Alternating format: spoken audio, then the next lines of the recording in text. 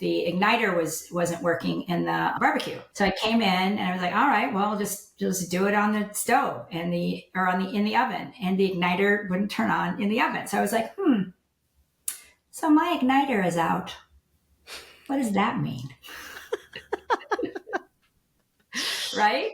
Yeah. And so then I was like, wow, so somewhere my fire is out. So then it became this, this reflection and this inquiry on then what does it mean to reignite? And what does that look like? And what are, so yeah. And then when you do that, you call in fiery experiences into your life, exactly. opportunities for adventure and love and romance. I'm Elysia Skye, and this is the Brilliance Method podcast. Through mindful, motivational, and often hilarious conversations with thought leaders, entrepreneurs, and executives, you'll discover new ways to create your life on purpose.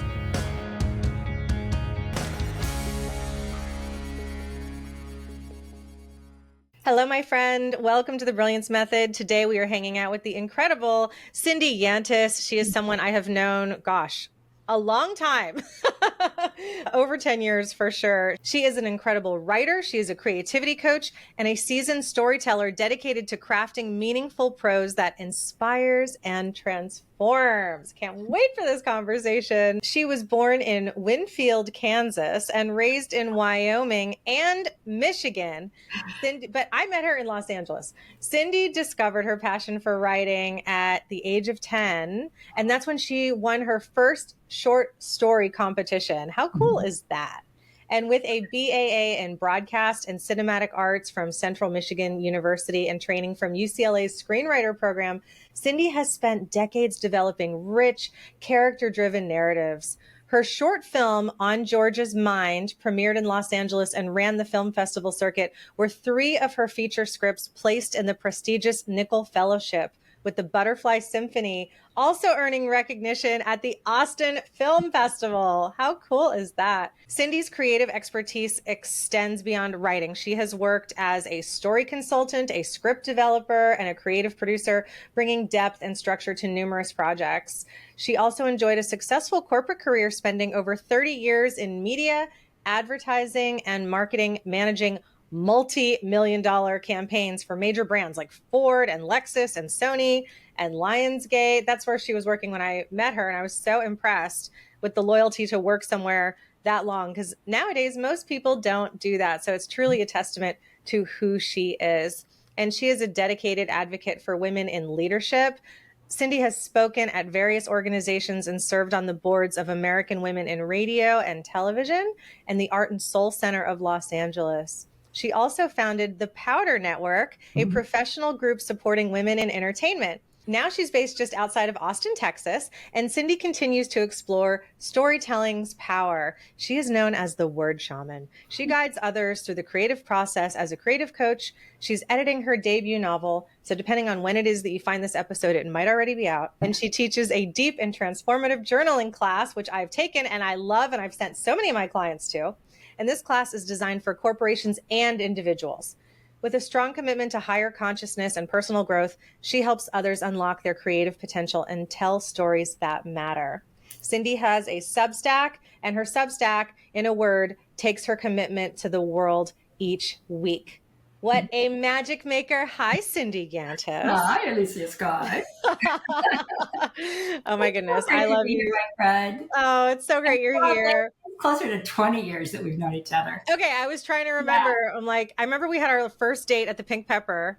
We went for Thai food, but we had met through Andrea Quinn's Quintessentials program and some other things that she's done. I mean, I think it was like 2010, maybe. Wow. Yeah. Here we are. I know. That's fun. Isn't it? You're one of my favorite people. It has just been so lovely to watch your creative trajectory in life and the impact that you're having on so many people's lives. And it's beautiful to be a part of it and also to be a witness to it. And, anyway. You're killing it, my friend. Thank you, sweetheart. Thank you for that. Thank you for always supporting me, for being there when I needed you, and also for my clients too. And I was thinking about you recently because we're filming this in the first quarter of 2025. And Cindy had come and led a class for my clients in my coaching program about your word of the year. And it's not what you think it is. And it's not the way everybody else does it. It's very cool, this process that you take us through. And it's very in depth and really a sacred process. And I wanted to let you know my word for 2025 is discipline. Oh, that's good. That's really good. Yeah. That's And I know there's right. There's a lot you can bring into that. Yeah. And I know you also encourage us to have a theme, and I haven't gotten there yet because discipline was a hard one. That was one that I was resisting it for so long because I was afraid that I just wouldn't meet it where it deserved, because I want to be more disciplined. And I know that for all of us, when we are more disciplined in the things that we are passionate about or the things we want to be better at, that's where excellence occurs. And where we have a lack of excellence, there's often a lack of discipline. So I'm calling more of that in my life. So you're holding me accountable for that, whether you knew it or not. I will, girl. I will. It's interesting. My teacher who trained me to be a creativity coach, Eric Maisel, who's written like 50 books on creativity and coaching and everything. Wow. What I love is he takes discipline for your deepest passions, for the things that you're most committed to, your purpose, your soul's work. He takes discipline to the devotion level. So to take that piece of it deeper, to take discipline to the devotion level, where rather than doing it as a practice or a discipline, if you say, this is my devotion, it ramps it up. Okay. Can you explain that a little bit more? Because I understand, I'm using my context clues, right? And I know devotion, obviously, from like a spiritual practice. Yeah. Yes. But explain it to me as if I know nothing. See, I'm pretending like I know more than I do so that the audience can learn, but really I have no idea. Okay. I need to learn about devotion. Well, here's the context where it hit me. Okay. I mean, I in terms of like the religious and spiritual aspects of devotion, the way that I think about it is that when you are praying, when you are talking to God, talking to your guides, when you're sitting with your journal in your deepest voice in the same way, that is what I would consider a devotional time. So that you are devoting your heart, your spirit, your senses, your curiosity, your child, your inner wisdom, your higher wisdom, all of that into your devotion. And the devotion is pure surrender. So the way it hit me when Eric was talking about making discipline or a practice a devotion, I was at the time I was having a little bit of a hard time sticking to a daily writing routine, and I would have it in my calendar, at the same time every day. Early morning is really good for me. I'm a lark rather than an owl. And so I'm really, my synapses are, really, really cooking at that time of day. So I would schedule it in, and, then various things would sort of come in, life would come in and take over, and then I just wouldn't do it. But when he said, it's not a writing practice, it's a writing devotion, that shifted everything for me. Because a devotion, you don't shake that off your calendar. Yes. Yeah, it definitely. Life things come up, right? But a devotion it's a deeper commitment. So should I shift my theme to be like devoted discipline? I just want I want to be devoted to my discipline. Or disciplined devotion. Disciplined devotion. That's it.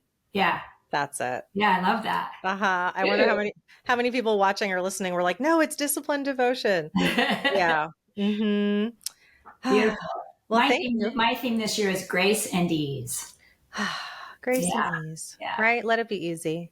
Let it be easy, and we've talked about this, and I've heard you speak about it, and I attended one of your Let It Be Easy workshops, which is so great. And I was in the process then of thinking about what my theme for the year was going to be. I have a tendency to make things too hard, like so many of us do, right? Uh-huh.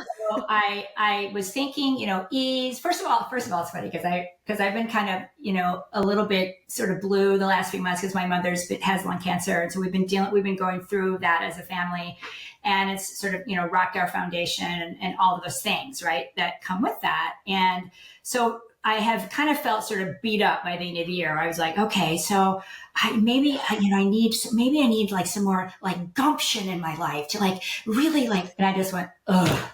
It exhausted me. I said that to our friend Andrea Coyda. She's like, you've been living in Texas too long. Girl. Right. I think that's I was fair. like, no, it's not that. And then it's like, easy. I like that easy. And then it was ease. And it's like, there was something about it that needed to be lifted, Mm-hmm. easy and ease, that feels like the career end of things, the handling the tasks around working with my parents as they, as they're phasing into this next chapter of their lives, next chapter for all of us, ease around that. But when I really got quiet about it, and I sort of settled into what else it needed, the word grace just popped in, and the grace is the divinity of it. The grace is the divine asking. The grace is the space, Ooh, the grace is the space. The grace is the space.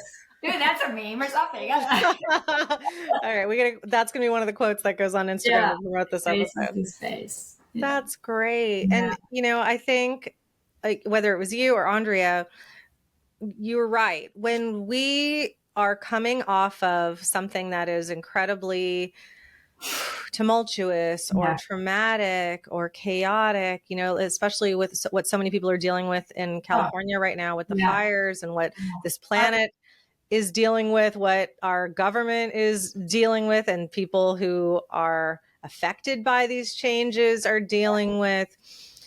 We tend to want to go rah, rah, rah. No, let's go, right? Let's go, let's fix, let's do.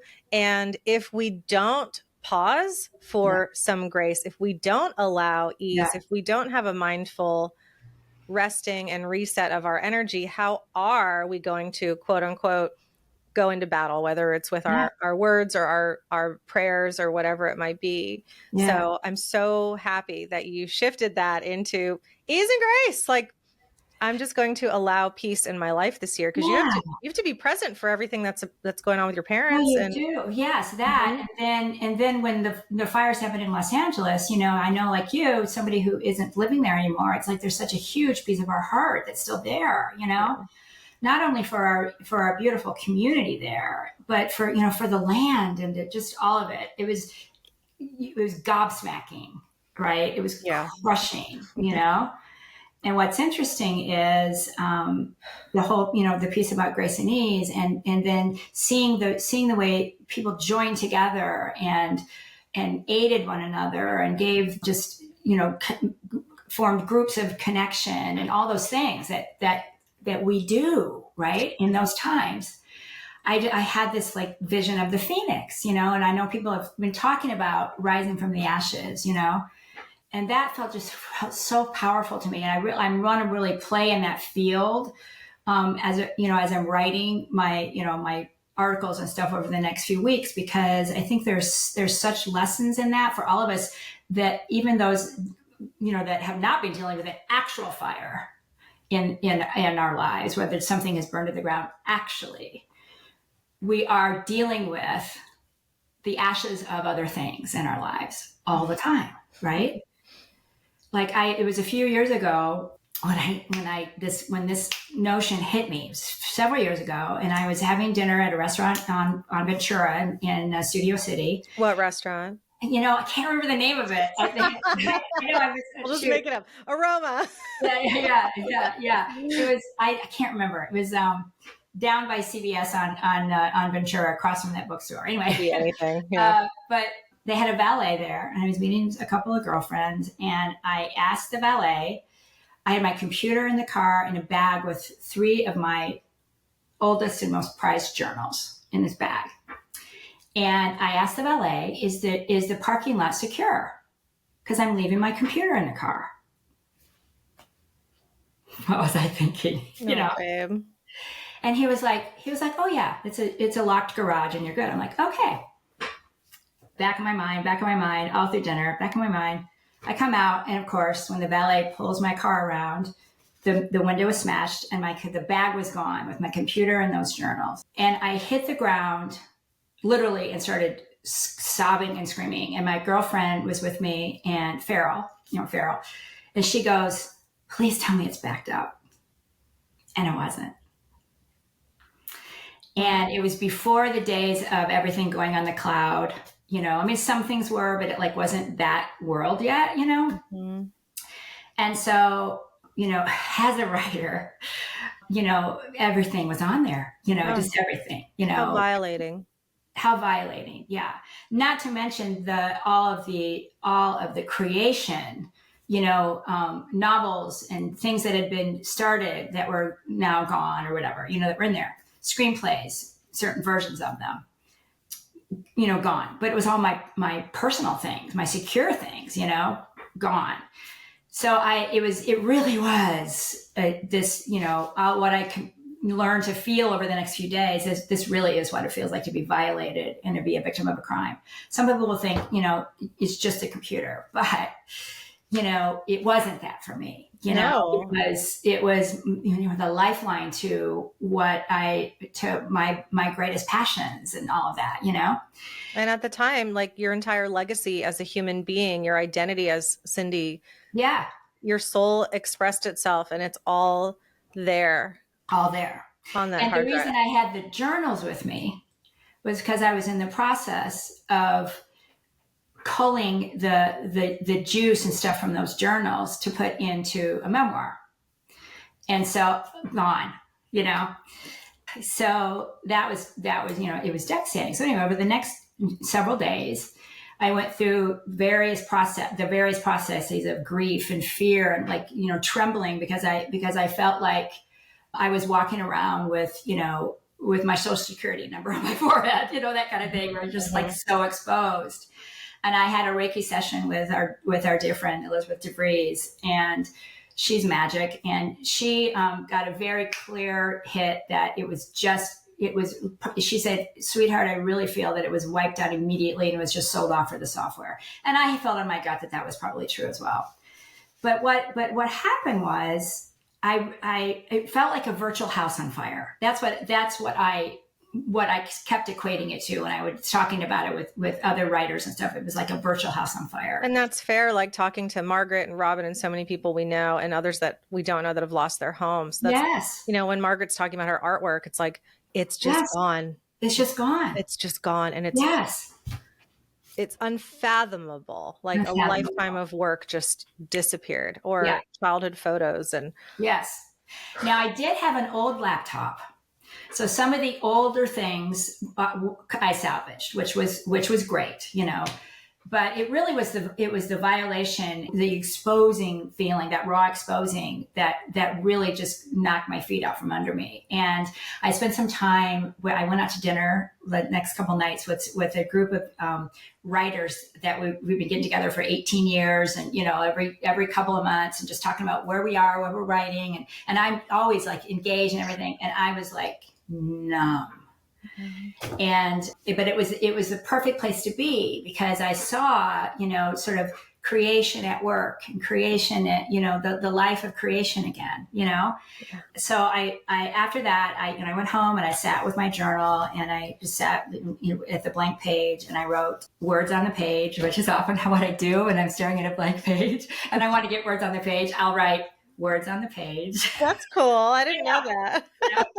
And then that's okay, words are on the page now, so I can, but I got really quiet, and I got, I have this, I wear a comma sometimes, and it's sitting in that pause and just being in that space and allowing the pain and the rawness and the ashes to pour out on the pages of my journal.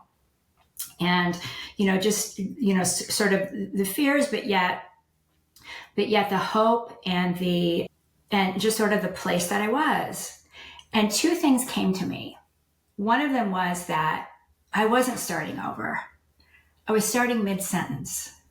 I was starting right after the pause, the comma, you know? I was in like this mid space, you know, and it's not picking up where you left off. It's starting from, this is starting from the mid sentence. And that felt really like, okay, I can sit in that space. So I was meditating. And that's the first time that I had this huge vision of this like wild orange, colorful phoenix. And that's when like the phrase came into my mind. And I just love it when this happens. You know, it's like, it really, it's the divine whisper. It's the divine kiss, all those things, the soul journaling that we do. It's the soul kisses and whispers. And it was just creativity as your phoenix. And I was like, whoa, that's amazing. Right. And so what I've come to understand and what I sort of honed in on after the fires, after the initial, the space, the comma that people are in, whether they were directly affected by it or everyone knew somebody that was affected, right? Energetically. So it's an energy thing. The Phoenix came again. And I realized that really creativity is all of our Phoenix. Because the Phoenix, the story of the Phoenix is it's a mystical bird that every 500 years it burns to ash and comes to life again. So the bird has a lifespan of 500 years and burns to the ground to ash and then rises again. So it really is the true symbol of regeneration and rebirth and rebeginning and recreation. And so as human beings, and I know you feel this way too, we are all creative human beings. We're always creating, whether it's you're creating your day, you're creating your schedule, you're creating words on the page. What? A meal, creating a meal. Exactly. Creating a conversation, creating a narrative around the conversation, right? Yeah. Mm-hmm. We're always creating narratives. So we're all creators. I know sometimes I'll work with a client, I'll create a client and they'll be like, I'm not really that creative. They're there to talk about what's next. They're at a crossroads where perhaps they are rising from some ashes, right? Mm-hmm. And so we talk about what are we recreating or creating from that place. And then I got to thinking, I feel like I'm rambling. I love it. Then I got to thinking that when you think about it, life is one massive phoenix. Yeah. The whole ashes to ashes, dust to dust thing, right? We come from nothing. And at the end, we are back to ash again. So, and as long as we're rising. And so I think it's for those of us that are seekers and, always looking to sort of elevate our consciousness. And it's not 100% of the time, right? I mean, we're human. We go down the rabbit hole, doom scrolling, I do, Yeah, but when I'm doom scrolling, I'm looking at really motivational, spiritual, interesting things on Instagram to elevate my consciousness. So I'm going to say 95% of the time. Yeah. I'm working on it. It's definitely not 95. But even if we're doing it 51% of the time, I think give ourselves credit. Yeah. Or 5% of the time. 5% give yourself credit. Yeah. But so what's beautiful about that image that life is a phoenix is to know that you're always rising. You're always like, that's just life. You're always elevating. You're always rising.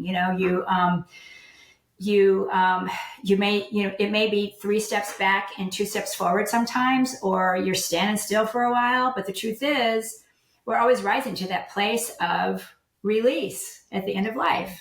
So true. And I love what you're saying about creativity and even connected to the fires, because Los Angeles is one of the most creative cities on the planet. Yeah. And the majority of people who live there are inherently identify as a creative person. So yes, but I like that perspective. This is it's the pause, right? It's the mid. Yeah, it's mid-sentence. It's mid sentence. They're not starting over. It feels like they are, but they're That's not. it. They're not actually being reborn, and that brings me some comfort. I just came back from LA. I was on a volunteer team of producers and PR reps putting together this massive event called LA Wildfire Relief Live. And I was essentially called, like I was in 2020, to contact every celebrity I know and invite them to come and be a part of this and share their voice and their influence, to ask people to donate. And many said yes and came to set. Many sent in videos. A few joined on Zoom. Some never called me back. And we've raised, the fundraiser's still going. I don't know if it'll still be going by the time this airs, but we raised close to $2 million already. That's amazing. Oh my gosh, Josh Brolin, the Brolin Family Foundation, he gave $500,000 Wow. as a donation match to encourage more people to donate. So as soon as we got roughly that number, I wasn't on the logistics team, but then that match came through. So it really, really helped. People showed up in ways that they've never shown up before. I don't know that he's ever donated anything that big before. Wow. I mean, Barbara So that was Streisand. probably part of his Phoenix. That's right. It's It's for him too. He grew up in LA. I mean, LA was a big part of his childhood. So people get to come together to contribute and be a part of this rebirth, even if they don't live there, they don't know somebody who does. And this episode's not about the fires and whatnot. No, but certainly, that's all on all of our minds and hearts right now, right? It is. People are in that space of rebuilding. And even if you weren't directly affected by it, your energy needs to be sort of rebuilt. And you know what? It's given me a lot of compassion for hearing about disaster in places that I have no connection to. Same. Right? Like like Flint, Michigan with the water and that whole thing, right? Like how horrible, absolutely horrible. Now you have some history in Michigan. I have none. I have like a friend who lives there. Right. Yeah. And so even though I saw what I saw in the news and I heard what was going on and I saw and I donated, right. It wasn't something I thought about multiple times a day, every day for weeks at a time. Yeah.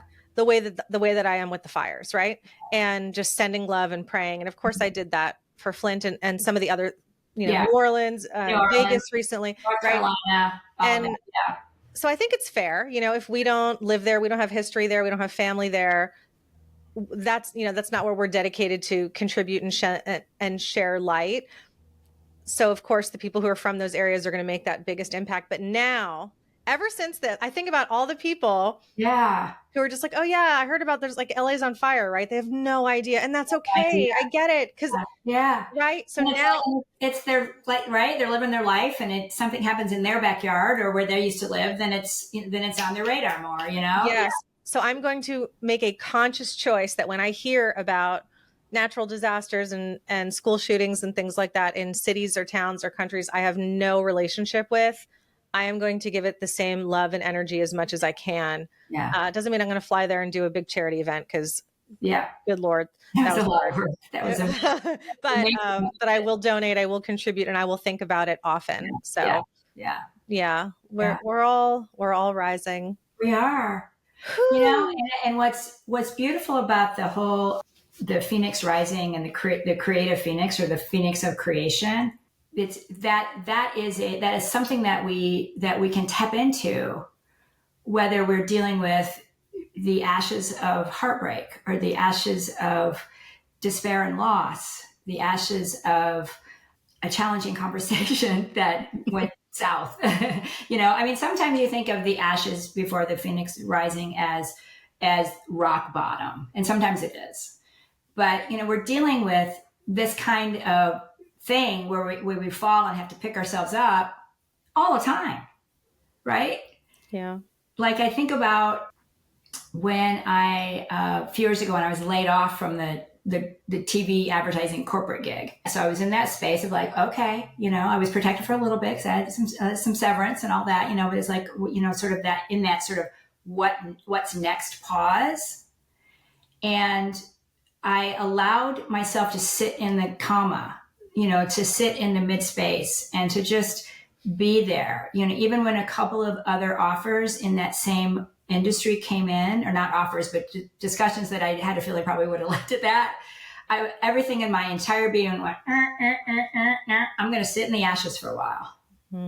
So it's kind of, it's you just sort of be present with the ashes and be quiet with the ashes, and to allow yourself the space to sort of be in that sadness or grief or fear, the fear in the ashes of kind of what's next, to just be with it. Because then when you're getting quiet and you're listening, really listening to yourself, asking the questions, sitting with your journal, meditating, praying, or just being quiet with some friends where you're discussing it, then the jewels and the gems from the ashes start to bubble up, and often they can be something that will look entirely different, or could be something similar, but reframed from your wisdom and knowledge and learned place that you are right then. In that instance, it was a gift in a way, because I was like, okay, I think I needed that final nudge to get out of that corporate gig to really, just to surrender into living more of a creative life all the time. So I was like, okay, I just want to be in that space. And then I had that feeling of the Phoenix again, and this time the Phoenix was, I stumbled into this YouTube video of a woman who was creating low content journals and notebooks and stuff like books on Amazon, Yes. And I was like, ooh, that sounds fun. I could create a journal. Yes. I love your journals. So I did. And now I have this whole line of journals on Amazon, and I really spent time and space just being in the creation of it, without any preconceived notions or expectations or figuring out, what is this going to mean? No, I was just in the space of creation. So for others, that might be knitting, maybe taking part in a knitting circle, or being in a spiritual book club where you're reading books that are transformative, and then you get together with a group and discuss them, or you join a wine tasting group and you learn about, the inner makings of wine. I mean, because all of that is creativity. Maybe it's joining a hiking club and taking off your ear pods and being with the sounds in nature and listening to what she has to say to you, So you're saying do something that's separate from your career and go back to just being human. Just being human. Mm-hmm. Yeah. So creating space for yourself, to just be, Yeah, I was talking to my husband about it because he's going to start a Dungeons and Dragons campaign. Love. And here we are in our 40s, and I don't know anything about D&D, and I've seen D&D played a couple times on Harmontown, on Dan Harmon's podcast, because I went and attended live at the podcast a few times, and my husband was called up to play D&D with Dan Harmon and some other guys.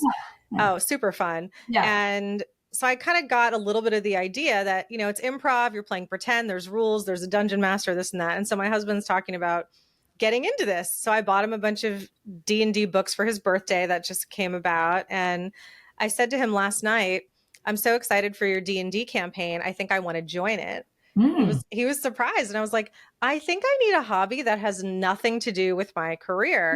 And maybe you resonate with this, Cindy, but as someone who's creative, so inherently creative, like on my IMs. Yeah, me too. It's hard to do anything and not turn it into, how can I share this with the world? And then is this part of my line of work now? Right. Yes. Yeah. So yeah, everything I do, it's like, I'm doing a podcast. Is it making money right now? Absolutely not. Not even a friggin' penny as far as I know, but maybe one day it will. And I'm doing it because I love it, but it is a part of my brand. It's a way for me to express myself as a coach, as a creative, as a teacher, as all those things. So I do make sourdough bread, and I realized, my sourdough, because I don't cook anything else, but my sourdough is a hobby, and I'm going to do Dungeons and Dragons. Now you guys can hold me accountable to this. Ask me in 3 months from now how my campaign's going, if we even started it, or what my character is. I have no idea. Yeah.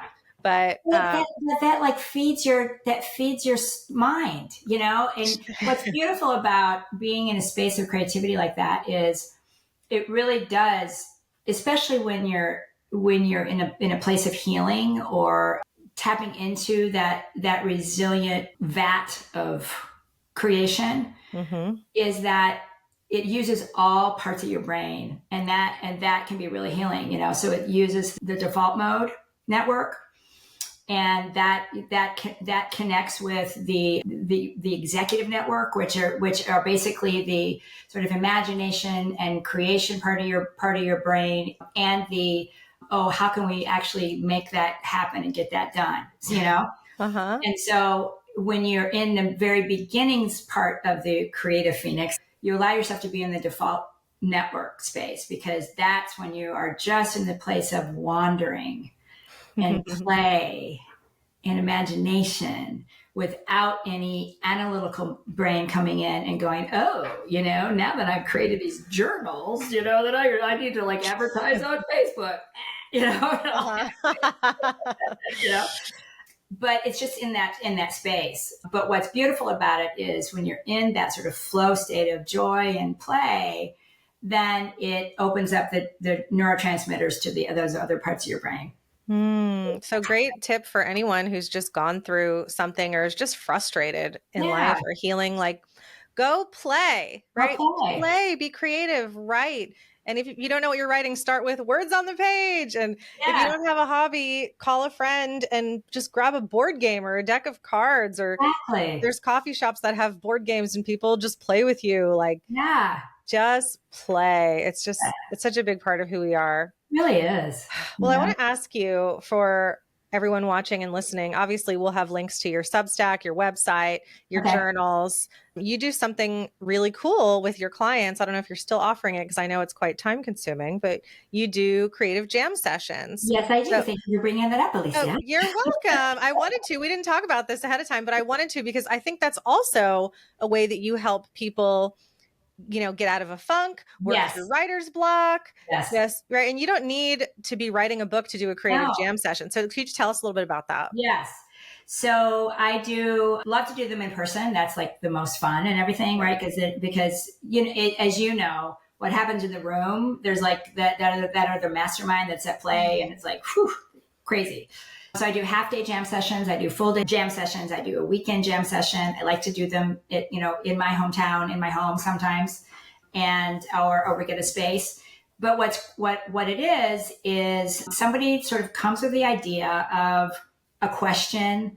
Maybe it's, you know, I have these, like one client, he's I have all these like bits and pieces of things that I've written, and like little phrases here and there and all that. I don't know. I don't know what it is. And so he came, and what's beautiful about it is when you surrender just to the experience of the jam, you're just there, and you're just in the flow, and you're listening to things in the room that haven't been said, and asking the questions and guiding without leading.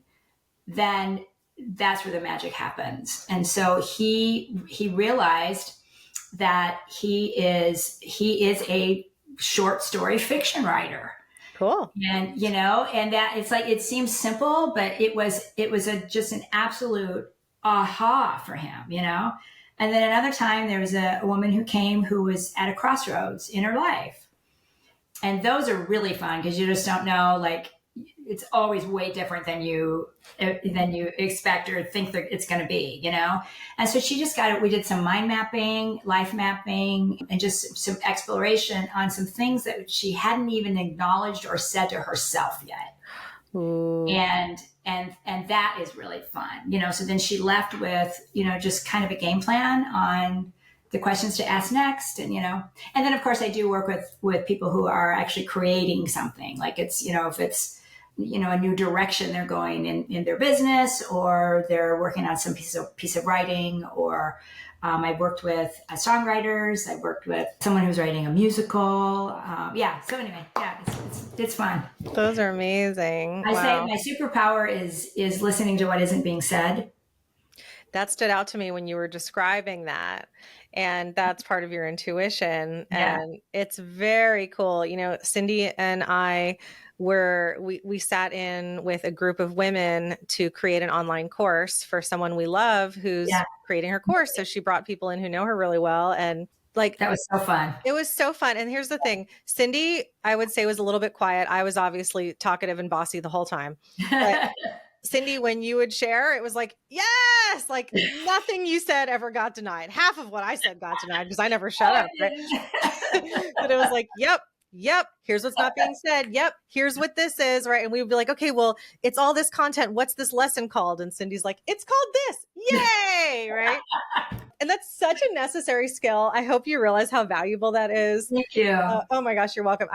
When I worked at Google doing YouTube shows and NBC, we spent so much time sitting around trying to come up with titles and trying to connect the dots. And we've got some ChatGPT help now, but it's not the same as someone who knows you and who has your intuition. Like until AI is sentient, you're not going to be replaced. And it's the people who understand the magic of what you do and who've been in the room with you, whether it's Zoom or in person, because it is truly, truly a magical experience. Have you ever thought, okay, I have 2 questions for you. We should do some joint jams. Let's do a joint jam. Yeah. That sounds like a fish concert. I know.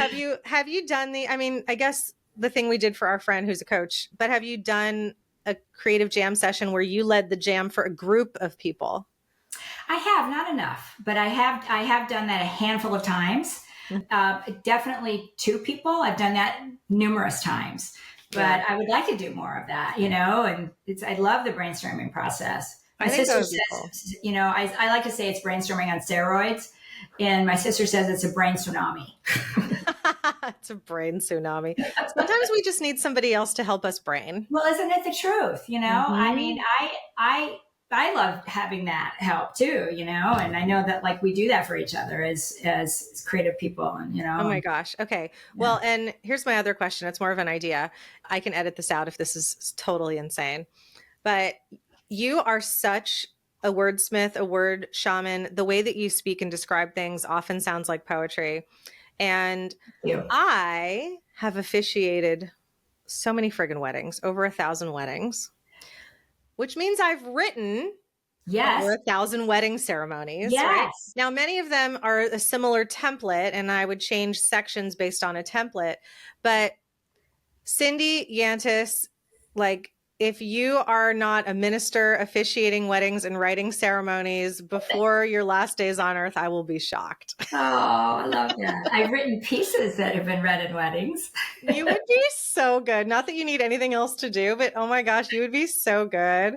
Oh, thank you. You're welcome. I wrote a piece for one of my dear friends for their wedding. It was called I Met You Mid-Sentence. Ah! Yeah, it was really awesome. It was a poem. Cool. Yeah. And I met so many people officiating weddings, because they want you to like. And you're so wonderful at it. I've been to a couple of weddings that you've officiated, and you're magic. Thanks, love. Thanks. Yeah. I see that in you. So whether you take it as anything else or not, thank you. You'd be really great. All right. So speaking of group gatherings, weddings or not, is there anything coming up that clients can participate in to experience some of your brilliance? Yes. Yeah. Yes. What a lovely way to ask that question. Oh, thank you. Yeah, I have a couple of things. Working with a wonderful somatic healer, Maria Mabubi, we are creating a Living Your Divine Life virtual retreat.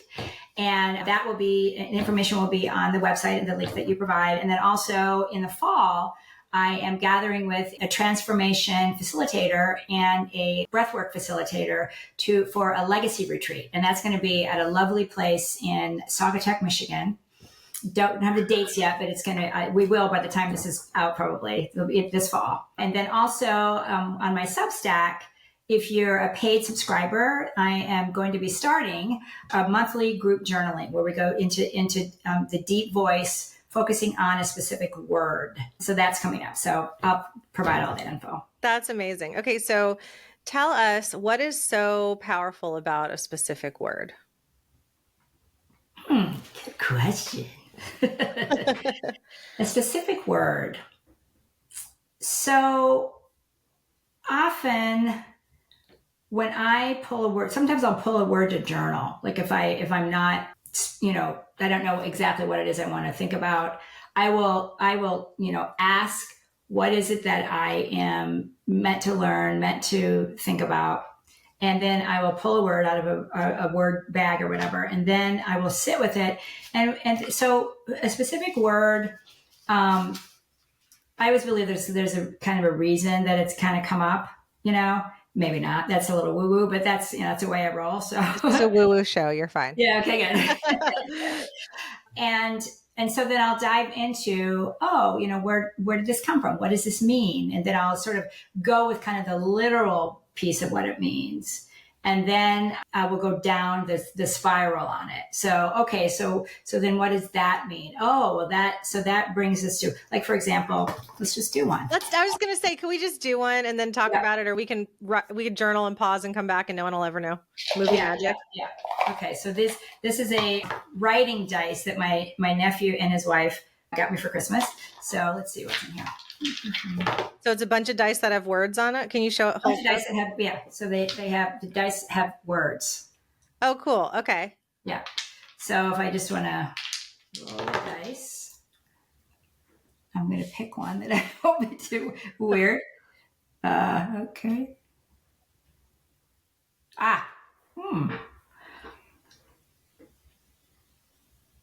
No. This is so much easier than tarot. Tarot, you're like, damn it, that's my card. I can't put it back. Yeah. Okay. All right, let's do this. Okay. Take two. Okay, so the word is hope. Okay. Seems kind of, a given for what that might mean. Mm-hmm. So if I were kind of sitting with that, I was leading a group journaling, I might, I would delve into sort of the definition of hope, kind of what the man-made definition of hope is, and then potentially what the other side of hope is. And then I would ask to recall a time in your life when hope was the thing that saved you, that kind of thing, and then if hope saved you, where did that lead? And if there is a time in your life when you didn't turn to hope, how would that situation change by bringing hope into it through the rear view lens? That's just an idea, that was amazing. Like you just came up with that. Yeah. For so many people, they don't journal. They don't take the time to sit and be with themselves. They don't even take the time to just have their own quiet thoughts for 10 minutes a day. And, it could be busy moms or people working or whatever it might be. So what a beautiful thing to be gathering people, to give them space, to give themselves permission to just sit and write and play, just like we talked about before, almost having a hobby of journaling. And to get people started, a technique that I offer often is to actually have a written dialogue with yourself. So you start, if you don't know what to write, you just sort of start with, what are you thinking about? And then just sit with it. It seems so simple, sit with it and then just allow yourself to answer. And then based on that answer, oh, this is interesting. You said you had an aha moment. Say more about that. And then you allow that to come. And then as more of that comes, it's like, oh, so if it was an insight that, that was going to help with that conversation with your son, what will that look like? And then allow yourself to sit with the question and then just let the answers flow, that kind of thing. Well, my favorite part about all of this is so many people work really hard to accomplish having a bunch of money and or feeling peaceful. And usually the main reason people want a bunch of money is to have freedom and access to have a more peaceful life, right? Mm-hmm. So what you are providing is a peaceful experience. So if people are like, oh, I don't know if I'm going to invest money in something like that because it's not going to necessarily make me more money, but it brings you the result that more money brings you without having to do all the work. And I think that's underrated when it comes to spiritual practices in general, creative practices. We're here two reasons. We're here to know ourselves fully. Yeah. And we're here to experience love and what's on the other side of it, to know love even more, right? Absolutely. Yeah. And that's what you're bringing to the table. People don't have to go and try and do and suffer and fail. They can just spend a few minutes getting to know themselves better. Well, that's it. Exactly. I mean, Joan Didion famously said that, she writes to understand what she's thinking. And I just, that resonates so deeply with me, because that's exactly that's why I started my blog, many years ago, which is now the Substack. That is, I will ask a question, or I'll hone in on a metaphor. I'm big on metaphors. It's like one time I was, getting ready to have some people over for a barbecue. So I went out, and the igniter wasn't working in my barbecue, Mm-hmm. So I came in, and I was like, all right, well, just do it on the stove in the oven, and the igniter wouldn't turn on in the oven. So I was like, so my igniter is out. What does that mean? Right? Yeah. And so then I was like, wow, so somewhere my fire is out. So then it became this, this reflection and this inquiry on, then what does it mean to reignite? And what does that look like? And what are, so yeah. And then when you do that, you call in fiery experiences into your life, exactly. opportunities for adventure and love and romance and travel and right. You're literally and then the magic creating for me as a writer, and I know that you feel this way too when you're speaking and all that. The magic of sharing what we've learned is when it touches someone else. Mm. And you get that email, or you get that comment or something where they say, oh my God, this is exactly what I'm feeling right now. Thank you so much for putting it into words that I didn't quite have. That's purpose. It does feel good. I really do enjoy it. I get emails once in a while from listeners who share something that they really loved about the show. Or I love when people leave comments, leave reviews, because it fills our heart. It does. For those of us who are creative writers, if you're purchasing Cindy's journals or doing anything else with anything she's offered on Amazon, like, leave reviews, let us know. Yes, please. It's not just to help other people, have faith in buying or subscribing. It feeds our soul too. We're like, someone's actually paying attention. It's like, yes, Elysia, there's a lot of people paying attention, but like, I don't know. Yeah, so it's so true. It does. But when somebody actually says, this is just what I needed today, I mean, that's everything. It really is. It really is. My friend, I might have mentioned this already on this show, but my friend Joe Nagel. Do you know Joe Nagel? Musician. Familiar? No, I don't. No. So my friend Joe Nagel is a musician, and she was here for my Halloween party that I host every year. And I've been to the Halloween party in LA. So now we do it in Nashville. And she, so I launched this podcast in October of 2024. And so she's here Halloween time. And I was like, oh my gosh, like, I've got a couple episodes out now. And I'm just like watching the ticker, like, 19 people viewed it. Right. And like, eventually it'll be thousands, I hope. Right. But she's like, wow, now you know what it's like. She said this very compassionately. She was like, hey, it sounds like you just put out a record. Like, this is what we do as musicians. We put all this love and energy and art into this record or this song or this music video, and we put it out, and then we wait and hope people enjoy it and watch it and like it. I'm like, oh my gosh, I've never related more to my musician friends than I have in my life. Yeah. Than I have doing this show. It is. You're putting a piece of yourself out there, And big time. And I haven't published a book, and I've written a book, but I haven't published it yet. Right. And I have another book that I'm working on. So I imagine that's going to feel the same way. And, so many of my clients are coaches. And so they'll put out a program or an offer or a course or something like that. And it's like, right. And like you did when you did your journaling course. Yeah. And we put it out, and then we're like, all right, everybody buy it. Right. And we have this beautiful idea that the second we hit publish, I know, like, ching, cha-ching, like 10 people bought it, 20 people bought it, 100 people. And it's like, I know. And then I'm like, you mean I have to promote it? But you know what? The second that first person, and I Meg, know. I love Meg's Thompson. She It's always, worth it. it's worth You it. know? Meg's Thompson, if you don't know her, she's an incredible I do. publisher. She's an Yeah. author. Yeah. She would always buy, as soon as I put something out, she would buy it. And then she would either comment on where I promoted it first, or she would text me first. Right. And I'm like, oh my gosh, Megs, I love you so much. So it does, it feeds our soul to have the audience. And it's truly not, I mean, I'm sure it feeds the ego too, you know, but it's truly not from a place of vanity. It's any creative, and everyone who watches this show on some level is creative. Yeah. We do it to share, to be of service, to showcase our heart, to make an impact. Cindy, you help people do that. Like, that's your lighthouse, you know, you're just shining a light. You too. Yeah. Thanks, honey. See how I deflected that? receive. Well, if both of our lights are so bright, we can't possibly deflect one another. Yeah, but it is what you do. Oh my gosh, babe. Okay. Well, I love that we often will play in the same sandbox and dance in the same pool, you know, and we have different ways of doing it. And I love that. That's why I think that we should do joint jams. We should do a joint jam. Okay. We'll have to do that. We'll have to figure that out. Yeah. Okay. So I have one final question before I let you go.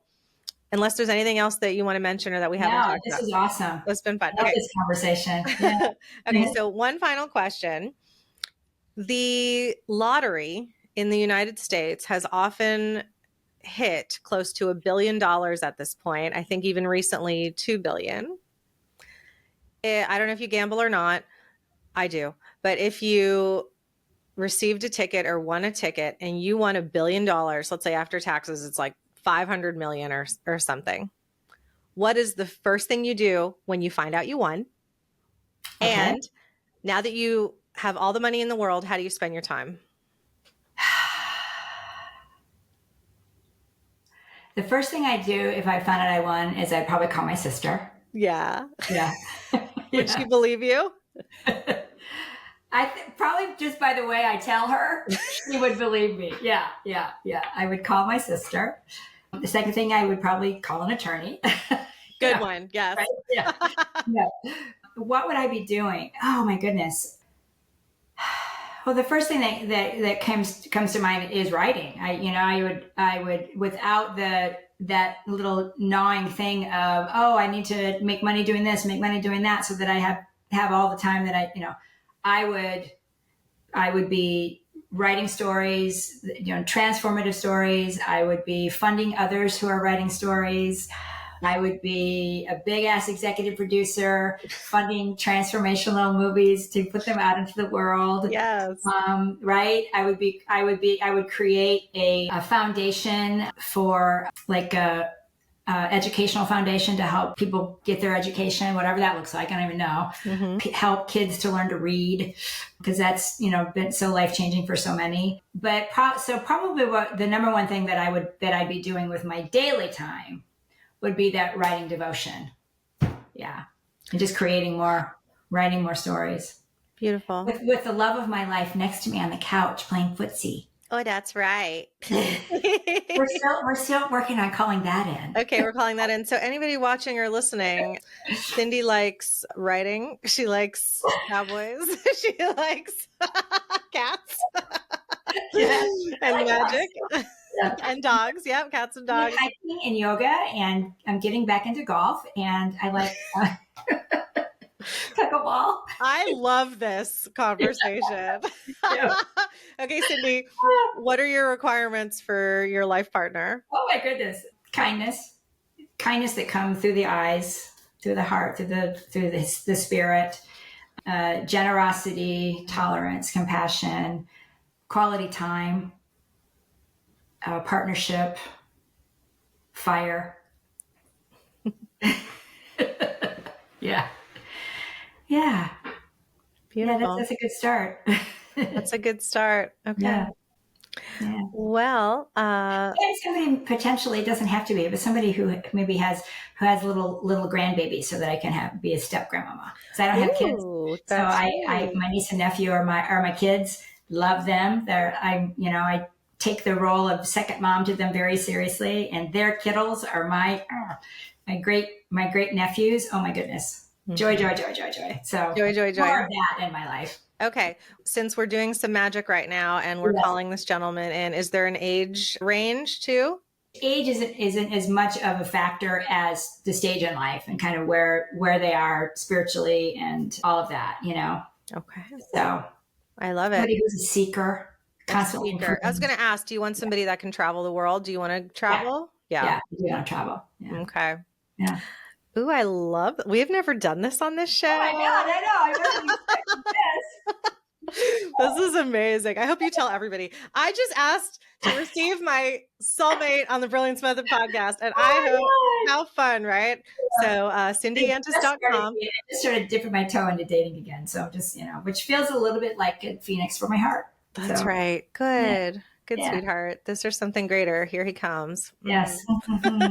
Well, I love you. What a joy. This was this is so fun. I love you too. Okay, so for everyone watching and listening, please be sure to go to CindyYantis.com. Check out all of her beautiful magic offerings. You will be inspired. You will be motivated. You will create. And I also want everyone to know that you are so worthy of expressing who you are and meeting yourself where you're at. And Cindy is someone who helps you to see that beautiful light within you that maybe has been hidden by the shadows that you have been experiencing in recent times. So she is someone that you can trust, that you can be your honest self with. There is no judgment. She is pure love and she is so much fun. So you are so safe with her, and yeah, go play. So thanks, honey. I love you. See you soon. See you soon. Okay.